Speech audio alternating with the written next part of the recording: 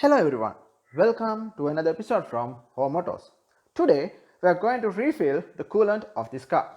This is 2017 Audi A3 1 litre TFSI engine. I have already parked the car on a flat surface and this is the coolant we are going to use. There are different types of coolant, but this is the recommended one. First, I'll show you how to find the correct coolant for your car. How do you know the exact coolant you should use? Okay, the answer is go to your owner's manual. I'm having Audi A3, so I'm using this manual. In the owner's manual on the cooling system, it clearly says what is a cooling additive you should use. In my case, it is G13, or you can use G12++ as well. And other than that, it gives some other information as well. Alright, for example, it says this coolant must not be changed.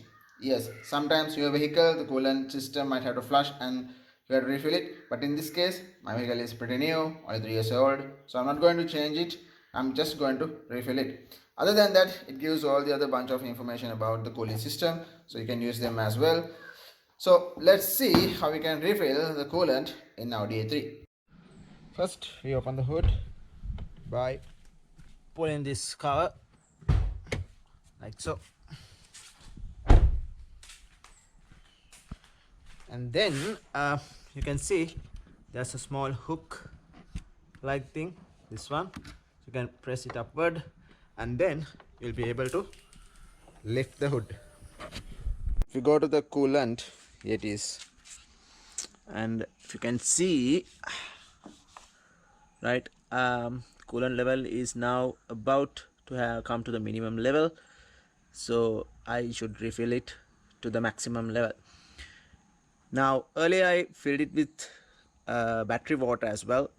You don't have to fill it with the coolant all the time, but now as I have filled it with the battery water last time, I'm going to fill it with the coolant, right? So this is a coolant tank, the reservoir. In this vehicle we don't have a separate radiator or radiator cup because this is seal type. We just have to fill it to the reservoir, coolant reservoir. Okay, before we start, the most important thing to remember, do not unscrew the cap of the expansion tank when the engine is hot, because the cooling system is under huge pressure. So if you open the cap, the escaping steam can make a huge damage. So do not do it. So if your engine is hot, keep some time to cool it and then you can start the job. I'm going to open that one now. So it's pretty tight over here. Okay, remember there's a lock. Make sure to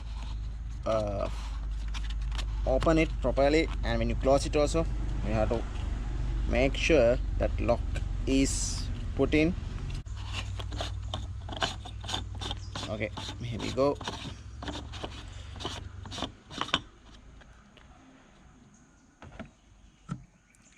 So right here is my coolant reservoir. We'll fill it now. So when you're filling this one, don't make it to go above the maximum level. So we just add this.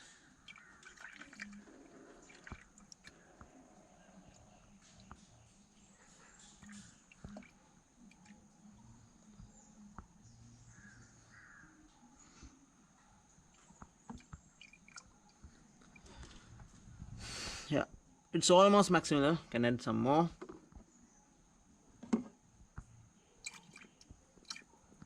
I think for now it's enough. So that's it.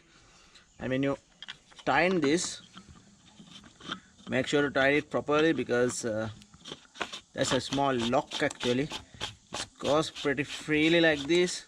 This is maximum it goes, right? But make sure to tighten it further because there's a small lock, right? Okay, so this isn't tight enough. You have to give an extra thing like that. I mean, you feel when you tighten a small lock like this, so you have to tighten up to that point. That's it. It's a normal thing that your coolant level drops when the time being. Now my coolant level has dropped a little bit for about 5 months time. It's normal thing, but if your coolant significantly drop, then there's a problem. You can check it. There's a sensors and everything in this car. It's not a big deal to worry. So you can easily check if it is something like that. For example, in this case you have this coolant level sensor. It is always attached to this coolant reservoir. So if the coolant level goes down, you can see an indication of your dashboard that it indicates the coolant level is low. So like these sensors are there. Okay guys, that's how you refill your coolant. It's a really simple thing. Consider subscribing to watch more videos about how to maintain your car at your home. Thanks for watching.